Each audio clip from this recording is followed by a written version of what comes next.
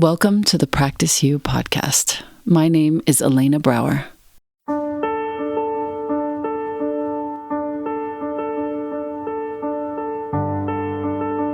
Let's dive into today's conversation regarding life's myriad transitions and how we refine our responses in our relationships, our wellness, our households, our work, and in our practices.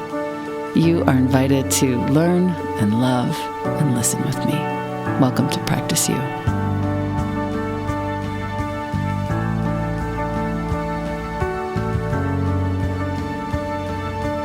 Welcome back to the podcast. I'm so excited about today's episode. I have Daria Burke with me. She is an American writer, a speaker, a well-being advocate.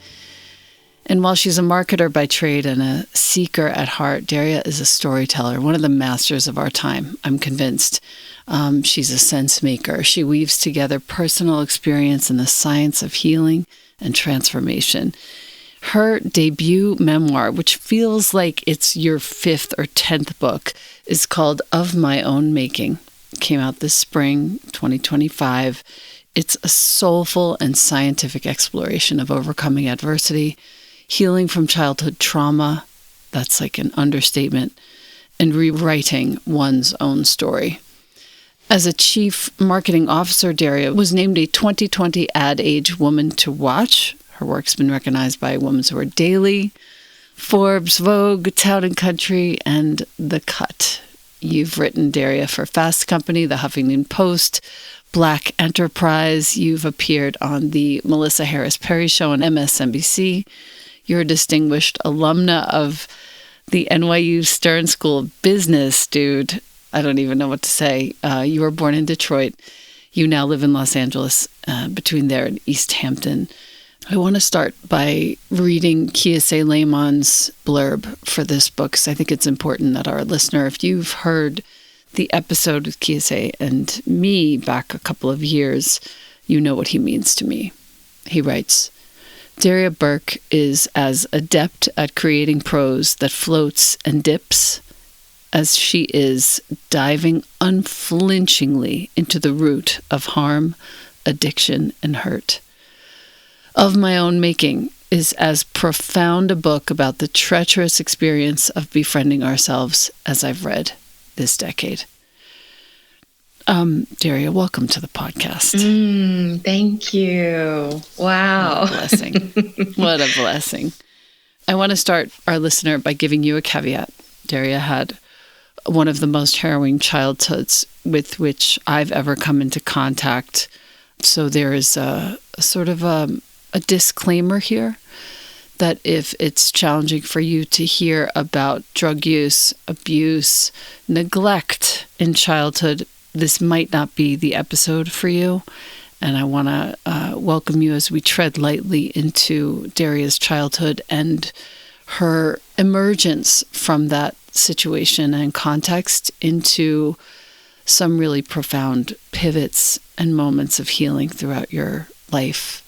And just thank you for being so open in your book. I really appreciate it. Thank you. Yeah. So my first question, I'm going to start where it starts. You quote Emily Dickinson in the very beginning of the book. I measure every grief I meet with narrow, probing eyes. I wonder if it weighs like mine or has an easier size. Damn. It just makes me, when I opened the book and I saw that, I was like, fuck you. This is going to be the most amazing book ever. I can't believe it. I don't have time to read this book, and I read it in 3 days. Oh my gosh. Thank you. If you'll forgive my French. No, please. Let's go there. Your mom is how you begin. If my mother's grief was to be loud, mine had to be silent. Yes. There was no escaping her grief, you write, and she was basically a child when she had you. Most of our parents were. My parents were 22 or 3. She had a really serious descent into addiction that I think it's important for our listener to get a handle on that before we move on to kind of my next hurdle, if you will. Sure. Yes. What you experience as a reader is really both my acknowledgement of, as well as my reckoning with, the story that I told myself about my mother's addiction. For many years, I believed that her addiction to crack was predicated on the loss of my grandmother, her mother, who died when I was 7. And so my mom would have been about 28 at the time. And I thought that grandma's death was the catalytic event that sort of set this different version of my life on the course that it was on. And this childhood that I had growing up in extreme poverty in Detroit and having a mother whose addiction was debilitating, whose grief and addiction, I think, in combination potentially with mental illness, were debilitating. And so she didn't work. My parents were not together. They separated when I was 2 years old. And so, although my father also struggled with heroin addiction, I didn't have the same proximity to it that I did with my mother, and the moods that accompanied the sort of range of emotions that she went through. And the truth is, as I write and as you read, and as I've since learned, as the story continues to be written, even after this book was published, that her addiction actually began before I was born. And she's had a very long journey in struggling with, I think, quieting whatever noise has haunted her. And I think grandma's passing, my grandmother's death in a really tragic car accident, was certainly, it allowed her addiction to be revealed, but I think it probably spun further out of control. I think the buffer and the barrier that I had in my grandmother's love and care made it such that it was inevitable that we would be touched deeply by the ways crack ravaged my mother's life and Greater Detroit, which I write about in the book, but really, saw it obviously very closely with my mother and the people she brought into our lives. Your grandmother was always there, and you recall this very early on in the book, or in the very first few pages, that her love was an unspoken vow, a commitment to be the pillar of our little quartet, you and your sibling. Your grandmother assumed the role of co-parent and the steady force that you believe held your lives together. You didn't register that as odd back then. You were too young to know that you were supposed to have a mom and dad. Your world was just the way it was. And I think that's an important point for anyone who experienced a, quote unquote, an odd configuration in childhood that may have been perceived as odd by the external world, but really was the reality of the situation. And I just want to give a shout out to your grandma for being that force. Yes, the non-nuclear family, right? But that's family nonetheless. Yeah, she really was the glue that held it all together. And I think, as we're all want to do, my temptation to lionize her had to be balanced with the reality that to some degree she also probably enabled my mother by stepping in and by being the caregiver in the way that she was, and by making sure that we had a roof over our heads, and that there was food in our bellies, and that bills were paid. I mean, all of that happened because of her. So you can also imagine the ways in which she created some scaffolding, I think, around my mother, that there was a very material disintegration with her passing. It wasn't just spiritual or familial, it was structural. Well, I mean, that was also the first funeral you ever attended. Mm-hmm. You write about seeing her in the coffin, body laid to rest, the dress, the way that she was so still. Like, for a 7-year-old for whom this human had been the force of solidity, to see her dead and not even really know or be able to conceive of death, I can only imagine how that was. It's so interesting to think about that, because I do have such clarity of her and the coffin and the church and the sorrow of other people, and at the same time be so disconnected from my own feelings of grief. And obviously, there is the very real psychological responses that we can explain away through PTSD, and how in the flight response, in my case, dissociation and disconnection was a way of preservation, of keeping myself safe. And the child brain can't process that volume, I think, of grief and of change and of loss. And it speaks so much to the ways in which we need the people in our lives, particularly when you experience trauma as a child, to help you make sense of what is happening, to make meaning out of what's happening. And, so much of my story is about what happens when that doesn't occur. And when you're left not only to wrestle with these very big feelings and this significant amount of loss and grief, but also then the very real survival of what do I do now that there is no one here to care for me, and sort of the survival mode that takes over when you actually do need to worry about having food, or you have to worry about not having electricity or running water, or the gas has been turned off. And so how do we stay warm in the winter? And so, yeah, I think the ways in which we can become conditioned by loss, even now, the book helped me, I think, metabolize some of that, and the ways that trauma sort of gets lodged into our brains and our bodies and our beliefs. But I continue to navigate what it means to have an early life that was so conditioned by loss in that way. You wrote so beautifully. I flagged this page for myself because I was so touched. I balled up my grief, you write, and stashed it away like a box of tangled Christmas lights, too overwhelming to sort through and put away neatly for later use. Mm-hmm. If you're listening to this right now, dear listener, and that made you stop in your tracks, you're not alone. You write also about the moment that you were in New York, finding the article that described your grandmother's death. You were looking in the Detroit Free Press for her obituary, and you found it on the archive page.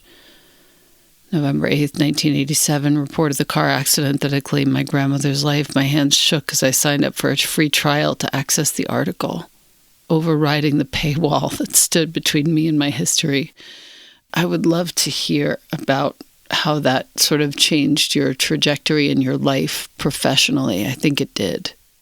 It absolutely did. That was 30 years after she had died. And so you can imagine some version of me bypassing a lot of that grief and that pain. What that moment did for me personally and professionally, it awakened in me. It really brought into awareness with great clarity how all of that had been stored in my body, and how I had worked by then for a decade with a therapist to intellectualize it and articulate it. And so I had some awareness. But finding that article of the accident and the photograph that showed the wreckage of the car accident that claimed her life, it pushed me into a radical acceptance that I had had this grief that had been looking for somewhere to go, and I hadn't made a home for it. I hadn't made space for it. It was really very much a wake-up call, I think, a portal to re-evaluating everything I thought I knew about healing, and everything I thought that I knew about my own healing and my own journey, and the ways in which I had sort of characterized it, the narrative that I had created. And, sometimes the stories that we don't tell are the most powerful ones. Mm-hmm. Mm-hmm. And that was sort of this gateway to really what became where the book begins, the real healing journey that I went on, or the next level of it, I suppose, of understanding what it meant to start to really sit with and look at, and eventually begin to recover from all the ways that I had sort of pinned myself into a corner and run away from it, with professional success, ultimately, with accolades and titles and companies on the resume and all the things that I got to perform, wellness, all the ways in which I got to perform sort of wholeness. And I think it just showed me that, None of that. None of that is going to matter in this moment. And ultimately, yeah, it allowed me to sort of choose to walk away from it or think differently about ambition. I want to just point out that I read parts of this book to my partner, James, who's very deep and, does his own work, has like a men's group, and had some of the most harrowing trauma also in his life. A parent addicted to crack in a small apartment in New York. There were some similarities that were hard to ignore. And I read portions of the book to him, and he said, it's like footprints in wet cement. What happens when parents do what my parents did and what Daria's parents did? The cement is dry, but the footprints are still there. Mm-hmm. Mm-hmm. And then he went on to say something about a chain link fence. I took notes. It was really late at night, so my notes are kind of cursory. How a tree growing near a chain link fence will somehow wend its way through the fence to grow upward. He's obviously talking that you and he are the trees.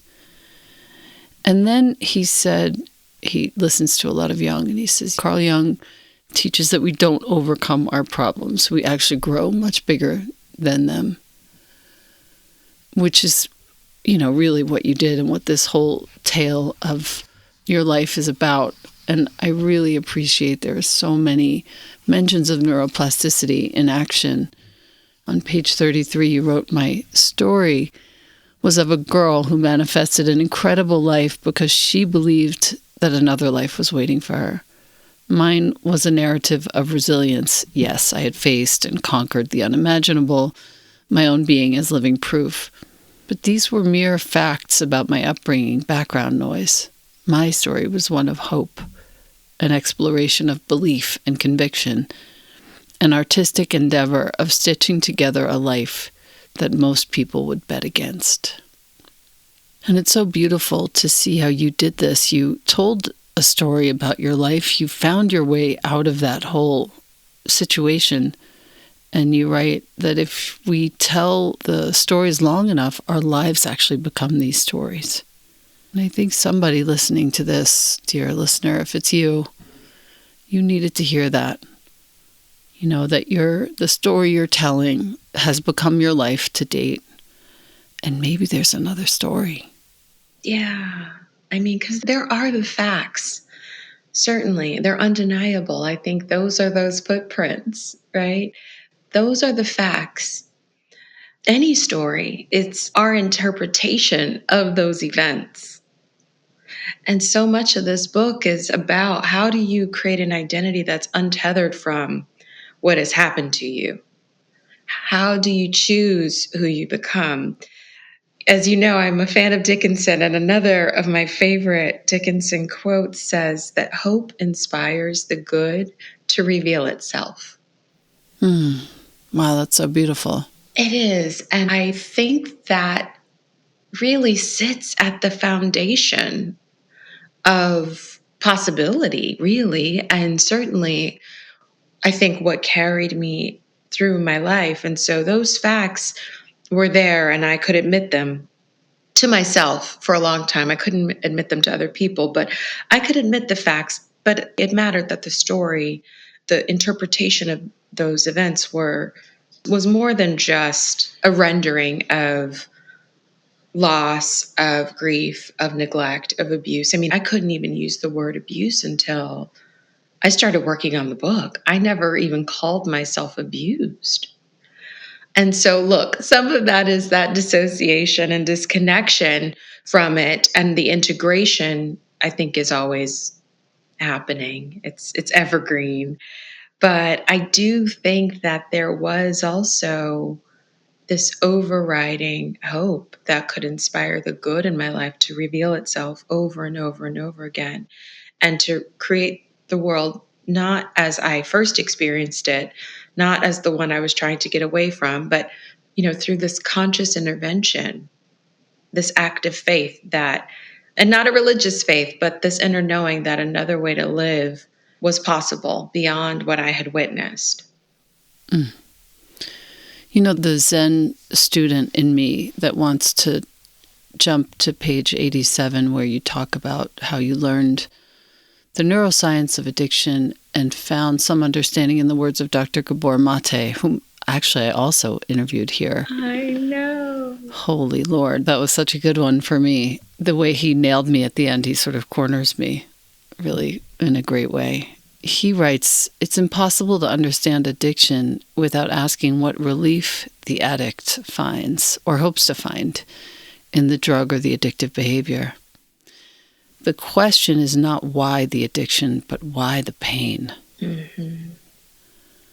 I have some people very close to me in my life who are struggling with addiction now, and this really turned the light for me. I suddenly changed the way I was looking at the whole matter and have become much more compassionate, so thank you for that.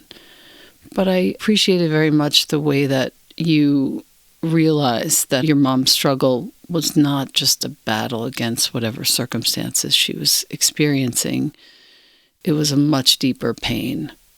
As important as all that is, this is the most important part, I think, of this section. You write, "It's been said that pain travels through families until someone's ready to find it."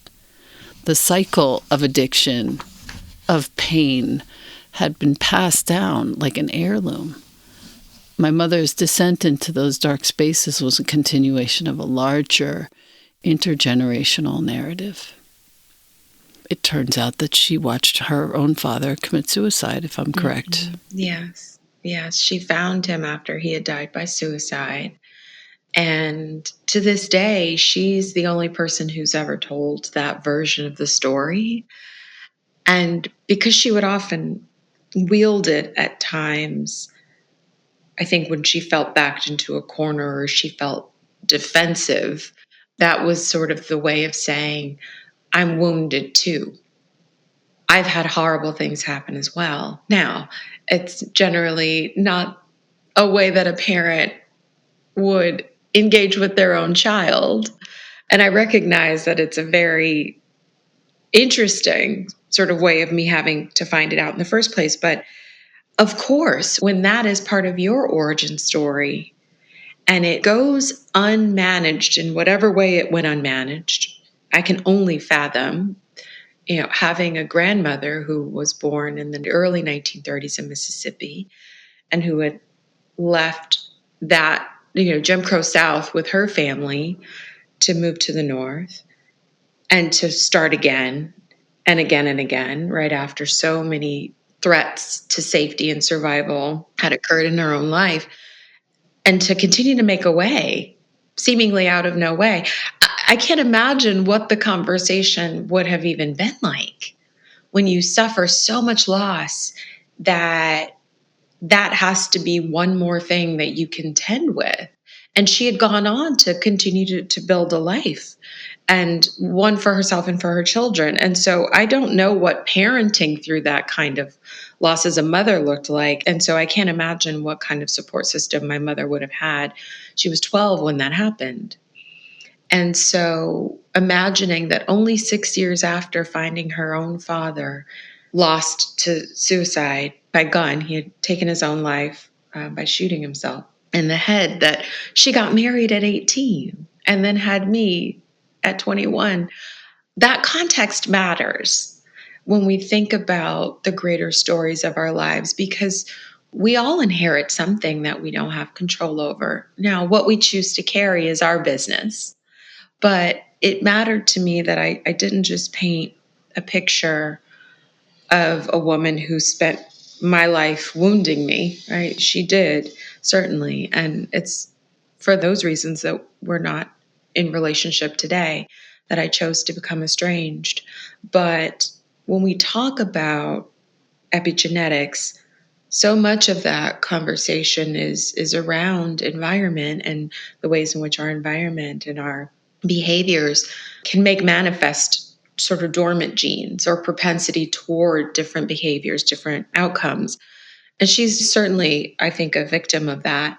But we also talk about epigenetics through the lens of intergenerational trauma, what we take on from sort of the legacy that we carry on. And in my family, that was addiction and depression and anxiety.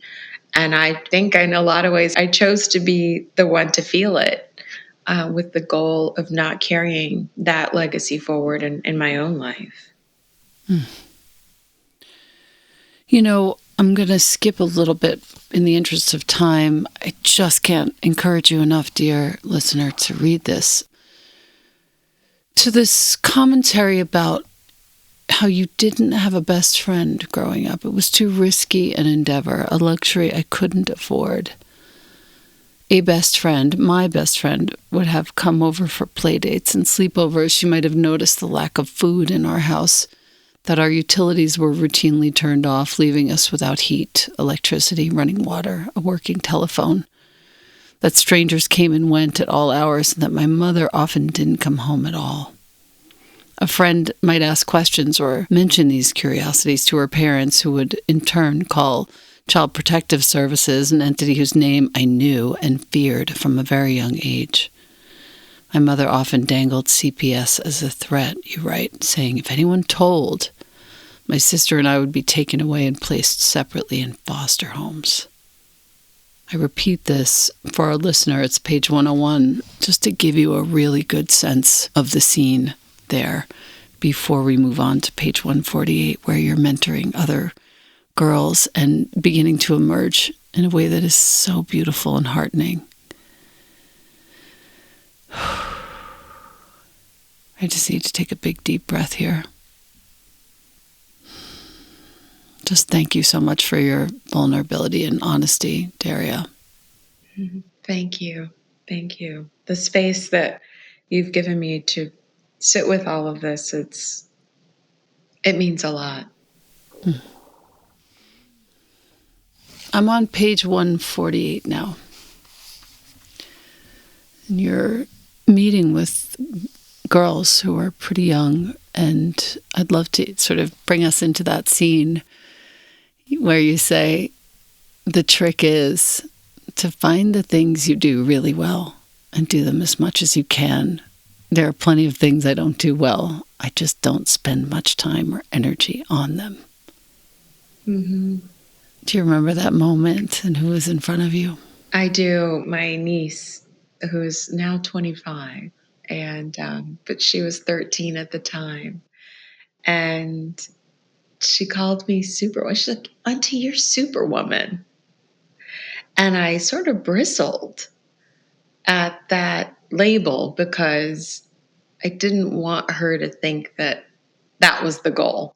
For most of my life, I believed survival was the story, right? That getting out of Detroit and accumulating these degrees and titles and all of that was the work. And I didn't want her to think that she had to become Superwoman in order to be worthy, that she was, good enough for good things as she was.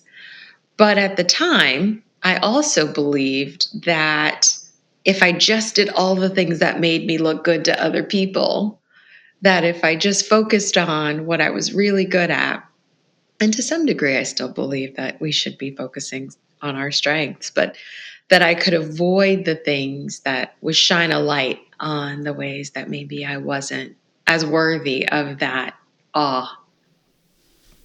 So beautiful to think about how you, being the one who felt the pain of these previous generations, finally rights the ship, as it were, for your nieces.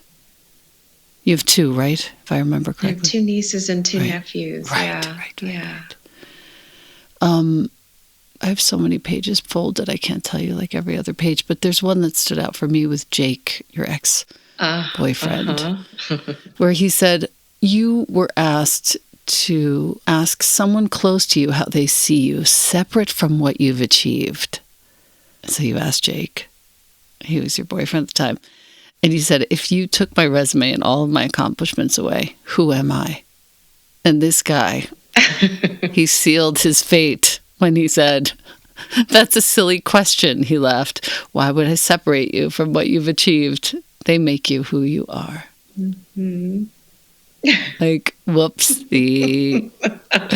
Would have had a nice life together, but no.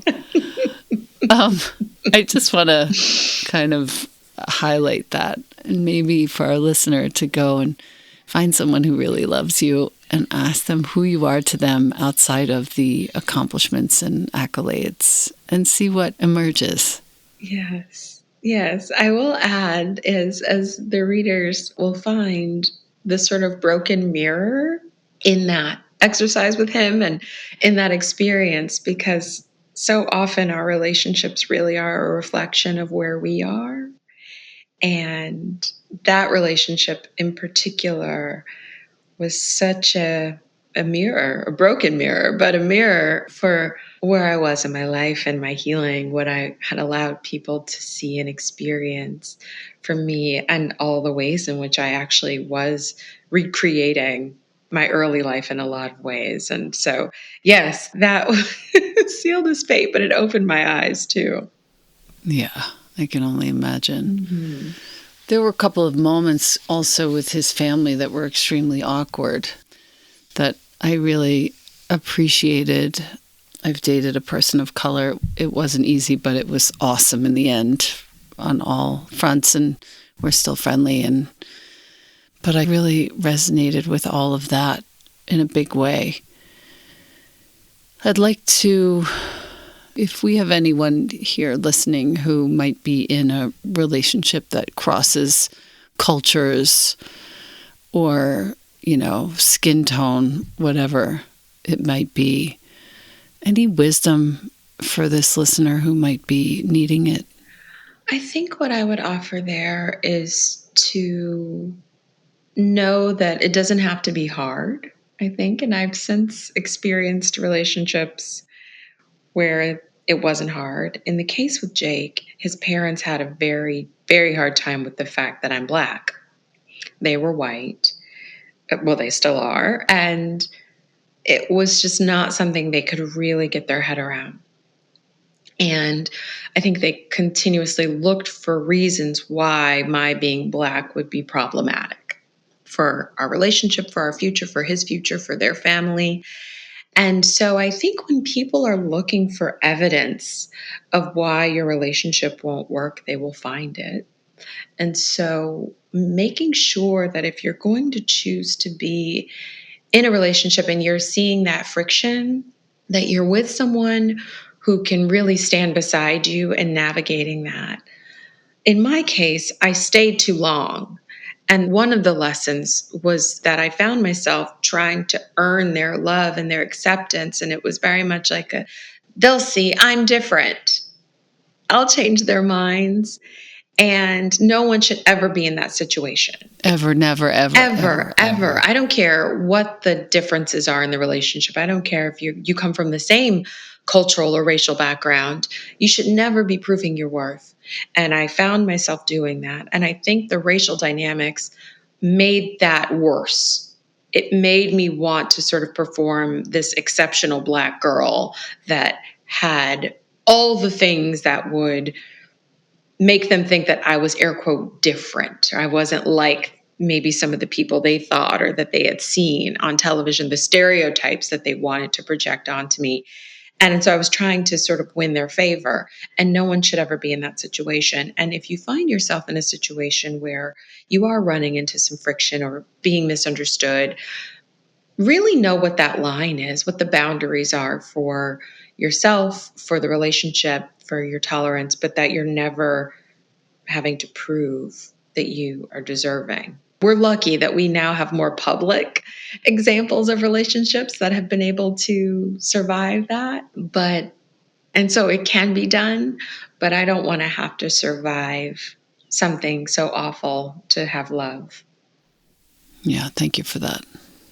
To a more light topic, as you proceed in the book, we're on page 158 to talk about all of said accolades and jobs and things. I was actually really impressed. At 30, you left Rent the Runway, where you'd been the company's 10th employee. So smart. You became a director at the Estee Lauder companies. Major. Just major. You were so proud of yourself, and indeed, as you own, performed there to a great extent. And then you mentioned all the champagne lunches at Barney's, and you put in parentheses, rest in peace. And I was like, oh, now we're friends. No, R.I.P. friends. Now we're friends. Barney's. I mean, I used to go wandering in there when I was in my, 30s in New York. And I learned so much about art and culture and fashion. And, it's just so sad that it's gone. It's so silly. Fred's was fabulous. And you managed to get your bum to Donna Karen's house, Turks and Caicos, where I've been. I've taught there. How wonderful. I did not make it there. It was auctioned off at an event where I attended. I wish. I see. Yes. Oh my God, I wish. That would have been a dream. So good for you. How cool. I'll give you the download. Here's the download. Please. Large baskets of white towels, rolled to perfection, standing up like little soldiers waiting for you to take them. Just that is enough. Yeah. Right? It says everything. I know. It's so silly. I would like to skip a little bit and go over to page 187, where you and I share this addiction to work, to success, the dopamine, the cunning alchemist of the brain, as you call it, transformed your ambition into a visceral craving. I have to own that this too, for me, was a huge problem in my 40s. And my kids spent a great deal of time with our babysitter, who was with us from 0 to 13. When he was 13, we moved out west. But most of his childhood memories he has are with her.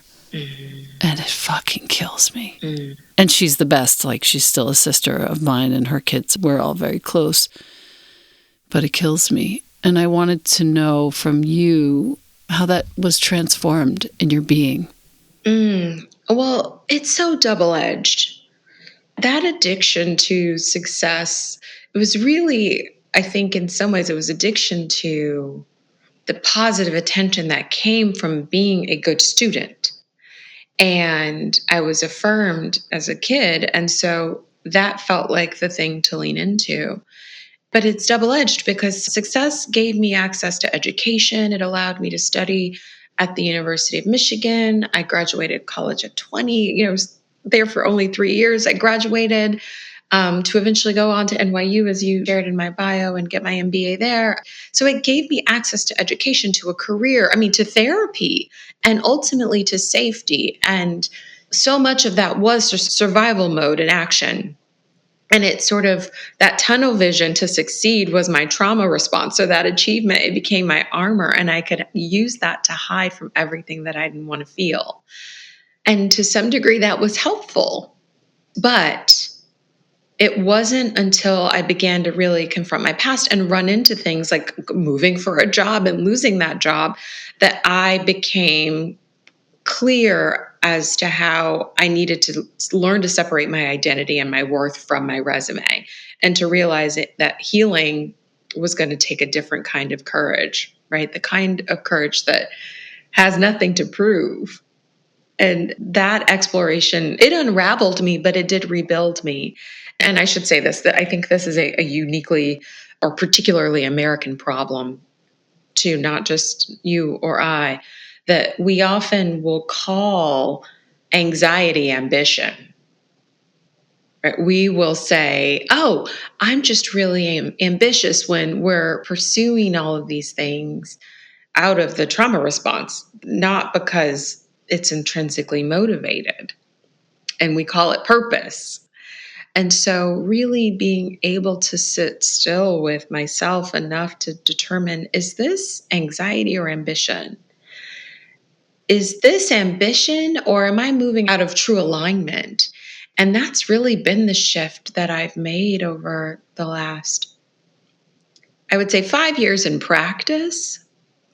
But it did begin a decade ago where I could start to interrogate that. But I think the true alignment in choices that I have made, the ways in which my life fully reflects that interrogation, where I can choose alignment over what I've called ambition in the past, has really only been over the past 5 years. But it's been such a gift to slow down and to be still and to listen and to see all the ways that flight response was in overdrive and the ways that it just held me down. And I couldn't see a way to live and to feel free and to feel safety and security without all the trappings that came with the kind of performative success that I had. And I suppose I spend more of my time now thinking a lot about mastery. What would it look like to just be a master of my energy and of my time and of wonder and of awe? Would it look like if I was just a daily maker of things that felt fulfilling and nurturing? I think of Cezanne, who famously would walk to the pond and paint the same landscape over and over and over and over again and render something different every time because he was changed and was different. He saw something different every time. And so I try to think a lot about what that looks like in my own life. And I'm still a driven person. I still have goals and things that I want to achieve. I would be lying if I didn't say that hitting the USA Today bestseller list a few weeks ago wasn't a holy shit moment, That's a holy shit moment. It is. But the imagination that I have for my life is bigger than that. I think about sort of the destiny or the path that looks like living on purpose. It's still wrapped in strategy, but it's powered by spirit. Wrapped in strategy, powered by spirit. Page 202. To this end, you write, something began working in me. Meditation became a way of climbing back into myself. I underline that. A little farther down, I began to develop a greater emotional independence from the external world and to pay attention to the subtle shifts and the quiet undercurrents that influence my state of being. I notice what I'm noticing. I find clarity. I'm discerning. I know what to look for, what to let go of, and when. This is so good. I underline that whole section. How did you find meditation? What role does it play in your life at this moment? I found it a little haphazardly because I started just setting intentions for my day back in 2015. So it's been 10 years now. And I would wake up every morning and I would just stay in bed and sit with this question of what do I need today? What do I want to sort of summon today? What energy do I want to bring to my work? And that's how it began. It was this very sort of innocent little question and an intention setting exercise. I didn't call it meditation at the time. And I remember later that year, and then again the year after, a few people had asked me, do you meditate? And I said, well, I don't know. I don't think so. This is what I do. I set these intentions and I write and I journal, and that's sort of what I do. I don't know that I can sit still long enough to meditate, right? And it became clear in those conversations that that was a form of meditation. And so then I began to think about what the practice could grow into. And it's evolved over the years significantly. And today it looks like generally twice a day.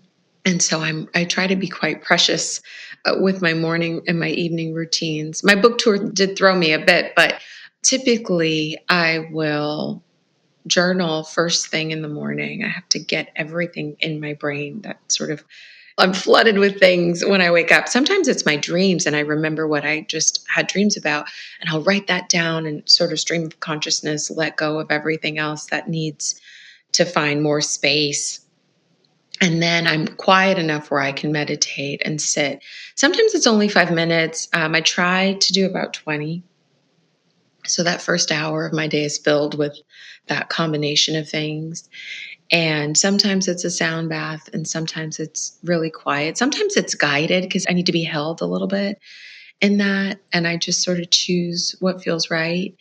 And then in the evening, I do a sort of reversion of the same thing, where I can capture moments of gratitude or awe or wisdom, perhaps, and then lull myself into sleep through a meditation. So I rarely, in air quote, completing a meditation. It's generally me sort of allowing myself to be held with whatever closing thoughts I want to carry into my sleep and ultimately into the next day. But it really is a constant reconnection, a realignment. I've talked about the book as a reassembly or a re-membering. And I think the book is maybe a long form of that. It's kind of a long meditation. And I think of those daily meditations as those small rememberings, reassemblies, reconnections of coming back to myself. And it's just so necessary for me, so powerful. And we, as your reader, can feel it. I'm on page 218 now. I find strength in this openness, the capacity to inhabit various roles, to sample different energies without becoming defined by them. Shadow work, I think, is what we're talking about. The work is subtle, often quiet, like the shift of light across a room that indicates the day is nearing its end. It's not the kind of work that announces itself, but rather the kind that unfolds layer by layer in the silent conversations that I have with myself. It requires a certain surrender, a willingness to explore the spaces within that may not be free from suffering, but are rich with story that feels like a remembered language. You're a really good writer. You quote Mary Oliver on the next page, "Therefore, dark past, I'm about to do it. I'm about to forgive you for everything." That one makes me cry every time I read it. Damn it. Oh, you're going to make me cry. Every time. You wrote a letter to your mom in the end of the book. Mm-hmm. Will you tell us about that? I do so many different exercises, particularly back then. I was deep in, and shadow work, I think, is ongoing now, certainly, but really learning about it and embracing it, but doing a lot of inner child work and sort of reparenting work. And one of the exercises that I had read about in a book about mothers who can't love was to write a letter to your mother. Now, in the book by Susan Forward, the idea is that you would send it to your mother or read it to her, share it with her in some way. My mother and I are estranged, but I did the exercise, at least in part anyway. I had written this letter explaining how I had been hurt and harmed, but not asking her to get better anymore, not asking her to show up for me, to be there for me, which I think in some ways subconsciously, I think I probably had been.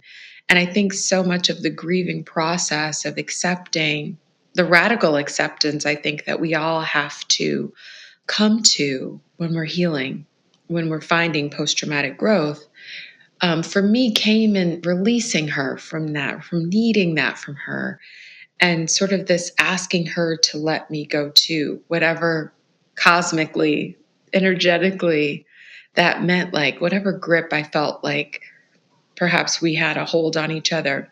And so it was, yeah, this just letter saying to her that I'm okay, that I've found a way to rebuild myself. It may be a self that she doesn't recognize, but it's one that I love and one that holds me. And yeah, that I can show up for myself in ways and sort of do the unfinished business of raising myself, picking up where she left off, and that I could let her go.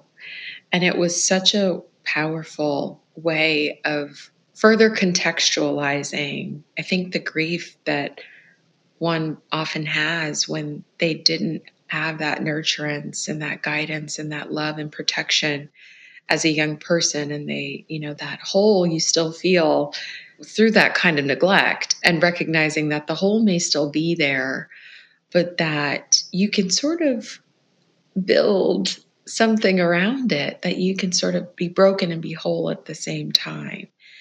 And so, yeah, it's me finding another way of integrating everything that had happened to me, pulling it closer as opposed to trying to hold it at a distance.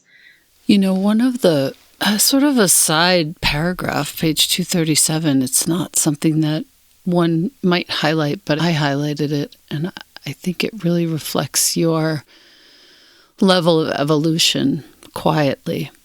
You write, I'm left with the pauses and silences of my parents' lives, their losses and joys never fully seen but forever felt. Perhaps their unrealized potential includes the parents they wish they could have been. My mother raised me from her wounds, not her scars. Maybe that was honest effort. I mean, is there a better expression of forgiveness? I don't know. I've never seen one. Maybe that was honest effort. Ugh, damn it. It's compassion, I would say, because I don't know if it's forgiveness. I have such an odd relationship with that concept, mostly because I think that in order to grant forgiveness, it has to be asked of us. I think that a person has to want to be forgiven. But I do think that you can find compassion. I think that you can find understanding. I think you can find acceptance, really, for me. And so I don't know that I can say wholeheartedly that I've forgiven my parents, but I've accepted it. And I think that acceptance is what allowed me to reframe my own narrative and to be more embodied and to feel more whole and integrated and to have something that we might call wisdom, right? Yeah. Insight. Yeah, right. Seneca says that no one was ever wise by chance. And so... Wow, that's good. Yeah, right. And so that is what I try to come by, not by chance, but by acceptance and by reframing and by integrating. But yeah, I want listeners to know that you will not hear me tell you that if you don't forgive, that it'll be like drinking poison and waiting to die, that forgiveness is for you and all those things, because I'm not going to tell you that. I'm going to tell you that you can pull these things close to you, and you can make room for the loss and the grief and what's hard in your life.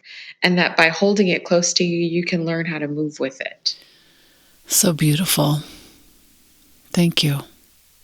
This is a longer interview than I usually do, but I do have one last question, which is, how are the hydrangeas? Oh my gosh. I'm so sad to say that this year they're having a really, really hard year.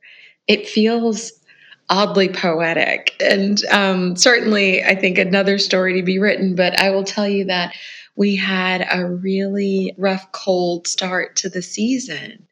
And so they struggled. And then we had a heat wave that kind of scorched them. And so their leaves are there, but they haven't been able to bloom. And that feels oddly like there's something being said in that. Yeah, it's the potential. There's more that's going to happen. And I think that's perfectly logical and natural. Yes. I kind of love that you asked me that, because where it takes me in my own journey and next steps. Totally. Yeah. They were my mom's favorite too. I have a particular thing with hydrangeas. So, yeah. They're just so fragile. They're so crazy, so effusive when they're blooming. They are. They're so much like us, though. The tending and what they need, and the ways in which we can kind of be informed by what they need next. They're fascinating. Totally. Well, I cannot thank you enough, Daria, for your time, for your heart, your brain, all of you. And I hope that in November, I'm going to come around to New York. I think this episode will come out sometime in the early fall. And when I come around to New York, I'll be able to see you. Oh, I hope so. Thank you so much for your heart and spirit and support for this work and your enthusiasm for it and just for this time. It's been healing to get to talk about this with you. I'm grateful. Wonderful. Thank you so much again for your time. Thank you. And for our listener, let me quickly say, the book is called Of My Own Making. And Daria, would you like to share your website with us or anywhere where our listener can find you? Yes, you can find me at dariaburke.com and on Instagram, where I'm the most active, at Daria Burke. Beautiful. DariaBurke. Thank you so much again. Thank you.